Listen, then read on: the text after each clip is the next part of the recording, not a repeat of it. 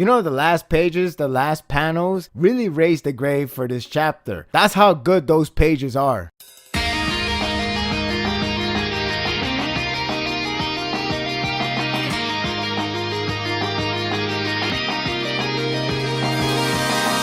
How long did it take for a backstory of Kiheitai to finally unveil? It has been something that I have been waiting for, and we finally got it. A long time ago, I once thought they were the worst of the worst. Reality is that they have done dark deeds under more or less good cause, whether it favors the heroes or not. It's the greatness that Tatsuki and his team bring in a very nice narrative. If their task is to make a name for themselves, then mission accomplished. They came a long way to this point. I remember the first arc that they were all introduced, and did they start off like full-fledged villain, and Tatsuki felt like the final boss. At least that's how I first saw them. The more the series progressed, the more the group begins to feel more towards anti-hero or anti-villain, which has been the case. It is warranted to see the other side of a group who has a dark ambition yet manages to do good deeds along the way. It's refreshing. In Sorochi's writing fashion, the backstory is conjoined with the sequence of the current action scenes, and the result is profound, leaving a strong mark. I thought it was smart to have Matoko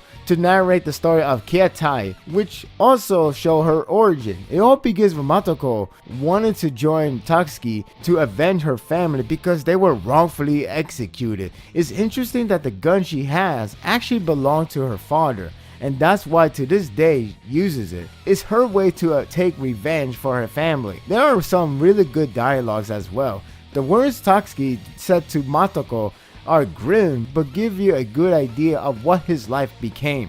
It's distressing, yet a relief that time has changed for the better, even if he maintains to do his routine. It's the thought and feeling that he has developed for the best. Each member has been following his footsteps and remains loyal. It also showed Banzai and his first meeting with Tatsuki, while Matoko was being punished for her meeting with a wanted criminal, even though it was said to be just because.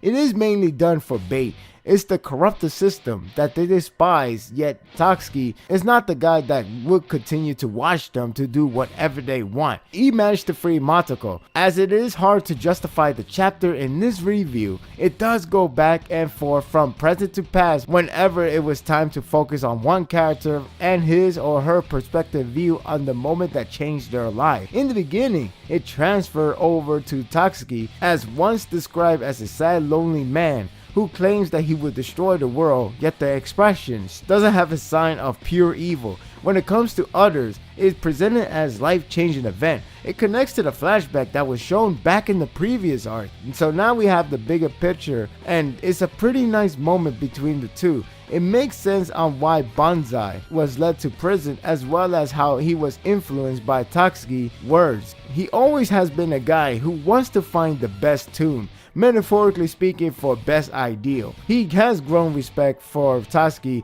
because he chose to save the girl, indicating that he's not just pure evil for the hell of it. Their interaction is amusing as they like to subtly say that they both like the same type of people. It's worth mentioning that we even have a backstory of Takashi. It's like the birth of his feminist running gang, or should I say how that plays a role. It's quite funny that he has been called a pedo since that time. Who knew we would get an origin somewhat of being persistent as a pedo? The interesting point is when he no longer classified Matoko as a kid but as a woman. Around that time, he has converted and joined with Kiheitai. He was invited a while back but didn't think through until now and declared that Tatsuki has saved a woman. That's wonderfully clever to use that trait. I also love how he gave her gun back, as to say, if you're going to fight, make sure your family is with you. What a nice tie-in. Only Sorochi can really pull that comical gimmick into a real badass moment. I loved it. The reason why it was smart to use Matoko to be the narrator of the chapter is because she in fact started the rise of Kiheitai in a way. It all started with one girl that wanted to join and be saved. Tatsuki has shown a bit of loneliness, but because of her turmoil, it led him to meet other characters like Banzai and Takashi to join along. Matoko felt like she owed her life to Tatsuki and wanted to set him free, as she knows how he truly feels. Because of how everyone joins with Tatsuki, he is no longer alone to fight and aim to destroy the world. It's actually sublime to see how and why Matoko has fallen for him. He saved her life twice. All he wanted her is to live long and enjoy life, as his is nothing but dead end. She wants to save him because she feels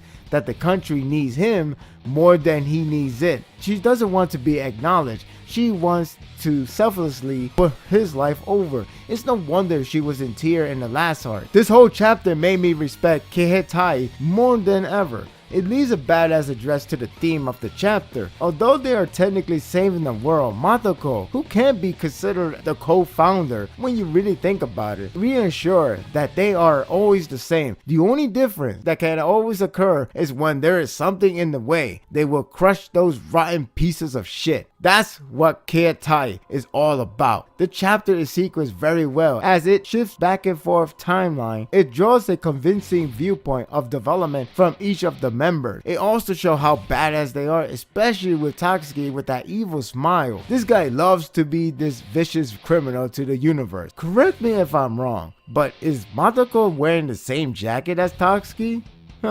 The last pages are what certified the chapter as greatness. Is well drawn with an epic shot, addressed the theme profoundly, and it consists Zhao 4 in their greatest faction. Gintoki isn't there, sadly, but is still a glorious shot. Just seeing them all three just looking so incredibly awesome just helped this chapter to end on the perfect note. The chapter focuses only on the backstory of Kiheitai, but the message is well received. After the flashback, their return is well worth of a hero return. It's nicely addressed, sublime perspective views from each character, and a great sequence that capitalized on why Kiheitai is born and is here to stay. I'm giving this chapter a 9. What a profound way to end before the Golden Week. That means we won't have a chapter next week, but hey, at least it ends on an awesome note, as those last pages with the narrative just makes it so great. What are your thoughts of this chapter? What do you think about Kiheitai after this chapter? I really like these guys, and it makes it much better with this backstory. It has been long rated, but better late than never. It's great to see how they all come together in one setting. And that will do it for today's review. I hope you enjoyed this one.